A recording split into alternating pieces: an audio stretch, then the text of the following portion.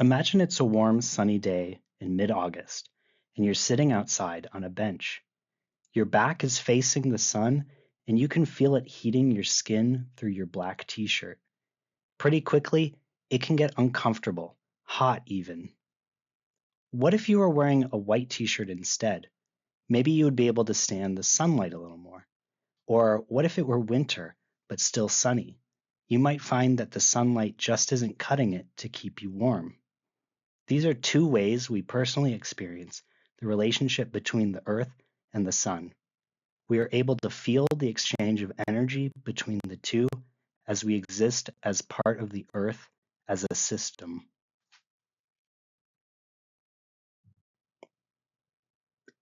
In this video, we will cover the coordinates, latitude and longitude, which is a human way of describing locations on the Earth, then the Earth's movement in outer space, and finally, the Earth's energy budget as it relates to the Sun.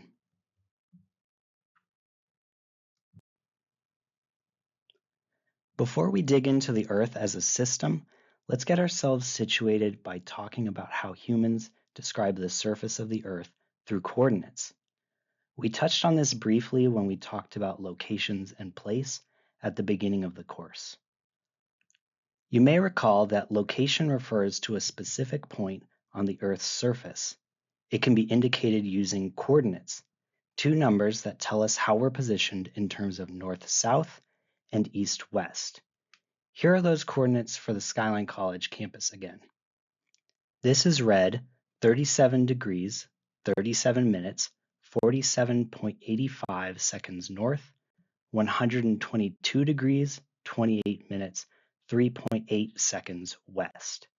It shares somewhat similar language with a clock because we're also measuring latitude and longitude as circles.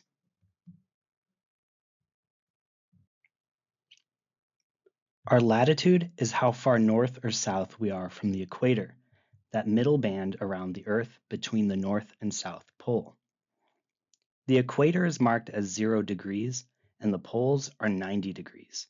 As we'll see in a moment, this is built into the natural geometry and motion of the Earth.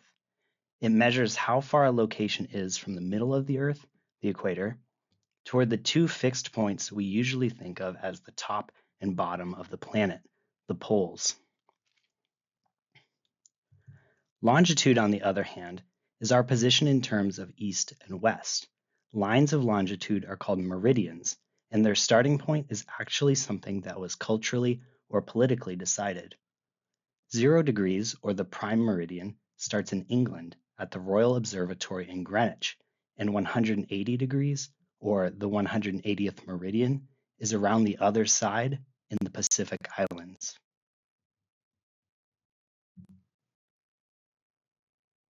So with that in mind, let's find Skyline College on the world map. I have it pinpointed in red here, and hopefully you can see that in the video.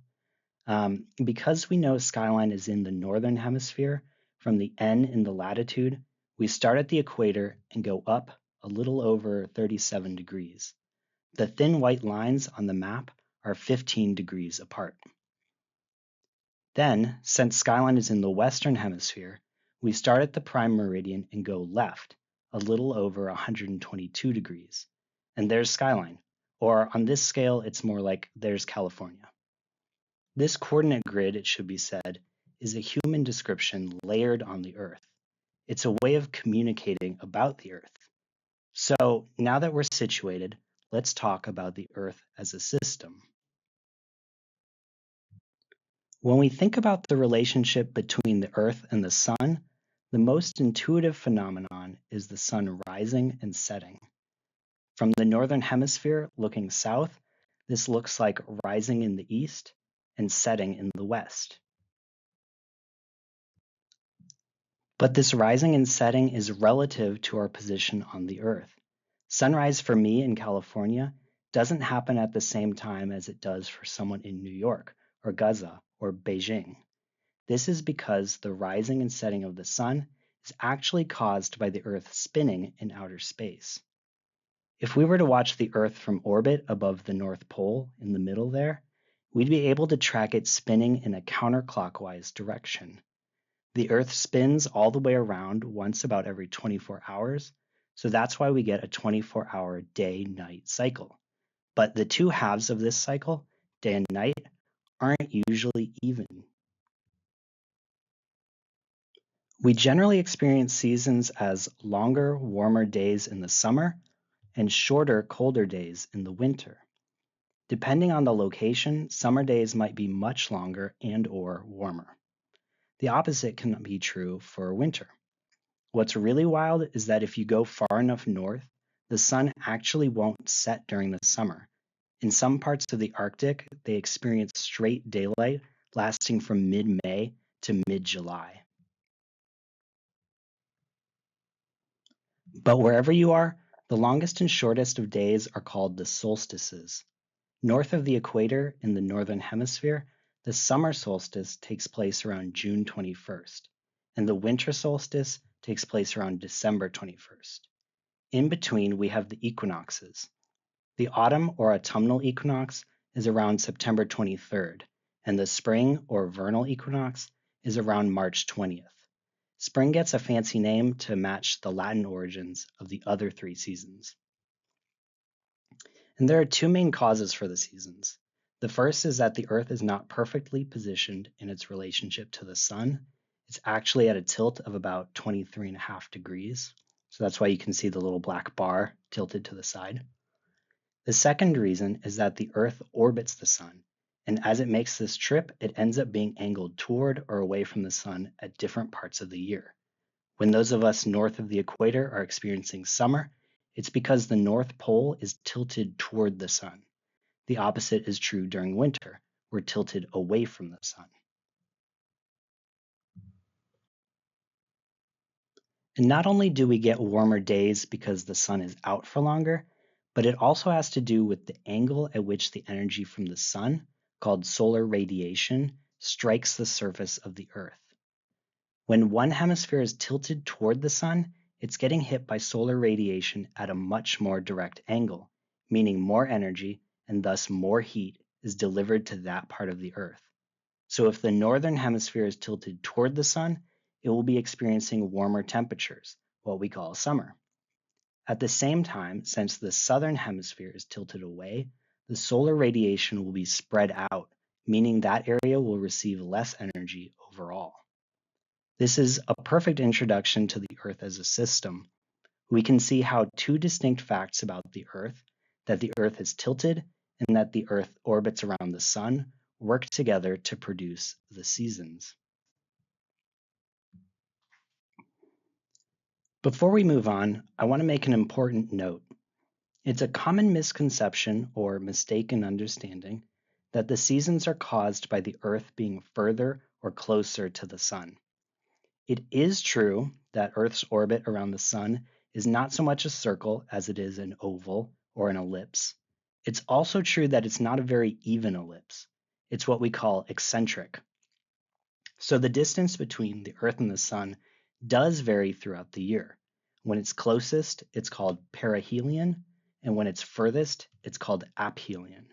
But this does not cause the seasons. Consider, for example, that when the Earth is closest to the sun, or is at its perihelion, it's during winter in the northern hemisphere. So when we talk about complex systems, just remember that the intuitive cause and effect doesn't always explain the phenomenon being observed.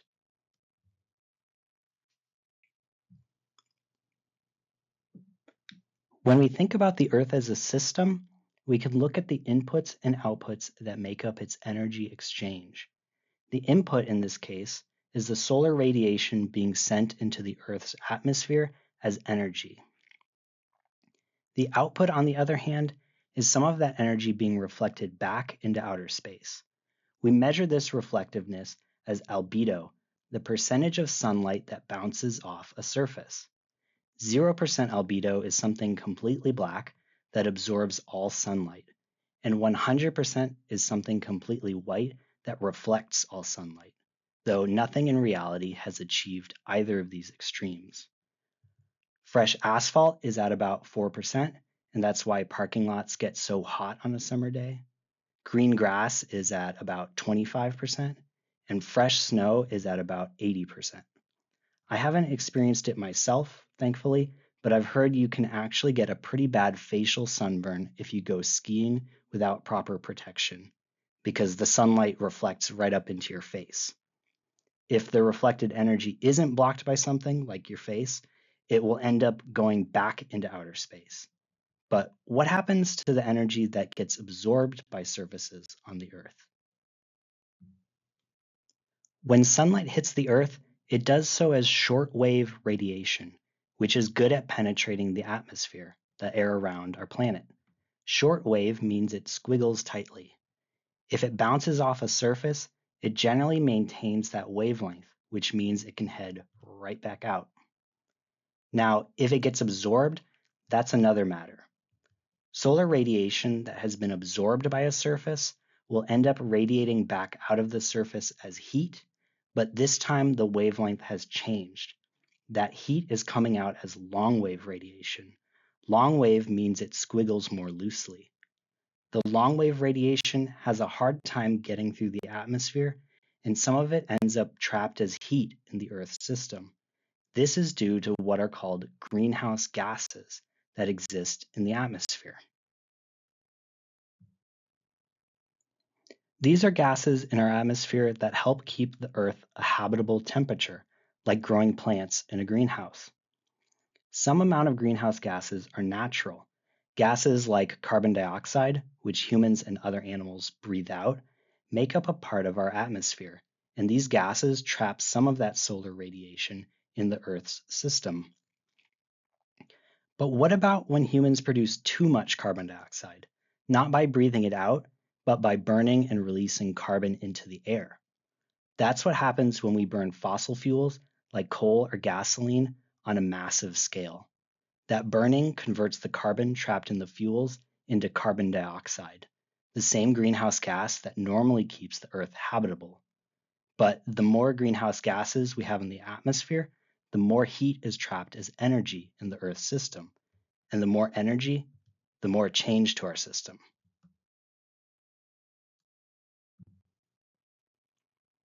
From thinking about albedo and greenhouse gases, we can see how Earth's surfaces and atmosphere mediate what happens to solar energy.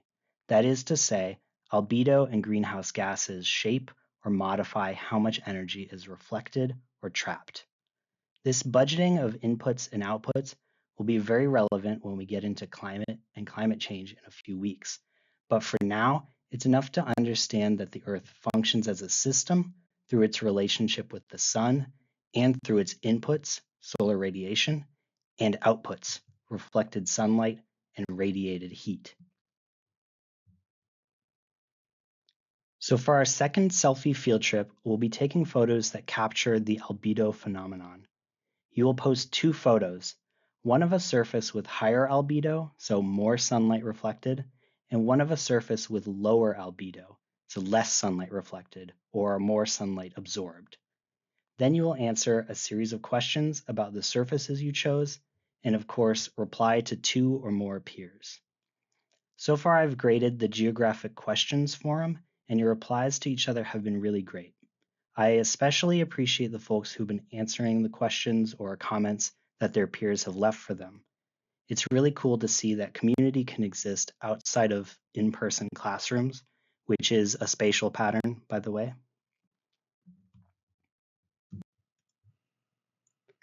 Next time, we'll continue talking about the Earth as a system, but we'll switch from the external relationship between our planet and the sun and start to focus on the internal relationships with a brief overview of the subsystems that drive geography.